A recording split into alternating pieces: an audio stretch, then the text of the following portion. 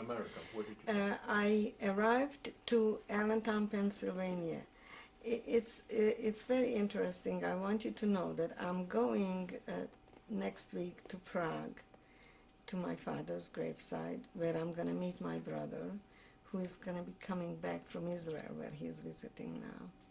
And I'm going to go from Prague to Israel. So we will meet in the middle. And this is the first time that we're going to be back together and visit my father's graveside, on which, by the way, before we left, we engraved my mother's and my sister's name, since they didn't have a grave. And I came to Allentown, Pennsylvania on the 31st of October, 1948. And it will be on 31st of October that I'm going to be returning this time from Israel. And it was not planned. I just, when I saw it on paper, I realized. And I remember my brother-in-law waited for us at the airport. And I came with my daughter, who was then 11 months old. My husband stayed back. He got his visa a little bit later, and he wanted to go to England, where he was a young brother in an orphanage. He was taken by the UNRWA, by the way, to an orphanage in England after the war. And the plane landed in New York, in the LaGuardia. We arrived to the LaGuardia airport. And everybody was getting off the plane, and the captain came over to me and he said, you can't get off, you have to wait. And I said to myself, they're going to keep me here? What's the problem?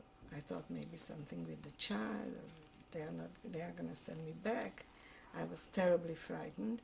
When everybody was off the plane, then he said, well, we can go now. He took the child from me and walked me to the door of the stairs, of the steps of the plane, handed me the child, and he said, now you can walk down. And downstairs, some cameras were taking my picture, and that's the picture I have on the mantle. I will show you later. When I arrived, my brother-in-law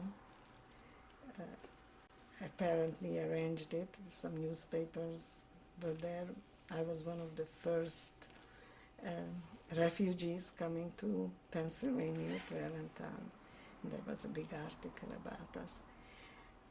The interesting thing was that finally my brother-in-law was waiting for me at the airport and drove us to Allentown.